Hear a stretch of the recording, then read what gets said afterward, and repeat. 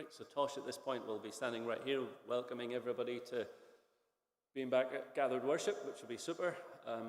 He'll chat a little bit more, and then he will pray, at which point Tosh will make his way off to his seat, and Rob will be making his way up, again, to use the lectern mic, and he's going to introduce a psalm, which is going to appear up on the screen, and then once he's told us how we're supposed to do this, he'll start reading down through 1 to verse 5, and then he'll carry on from verse 6, which is the next slide, to verse 9.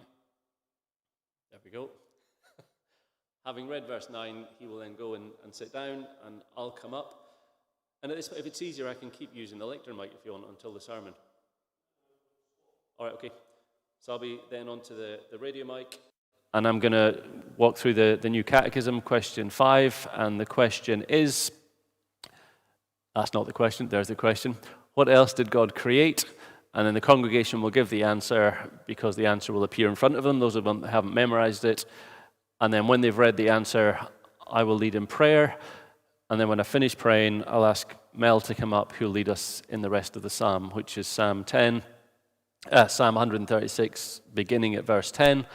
And she'll read down through that, through verse 15, into verse 16, all the way down through to Og, king of Bashan, and then into verse 21, down to the end of verse 26, and here endeth the psalm, at which point she will go and sit down, and Craig, who's just one back there, will make his way up, and probably fiddle with the mic because he's taller, and lift it up a little bit, I guess, and then he will read the whole of Hebrews chapter 1 to us, which again will appear on the screen, and that will be from verse 1, and the last verse on it will be verse 14.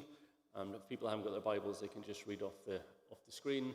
Verse 7, down to verse 10, voila, there we go, just like that, because Craig's a very quick reader.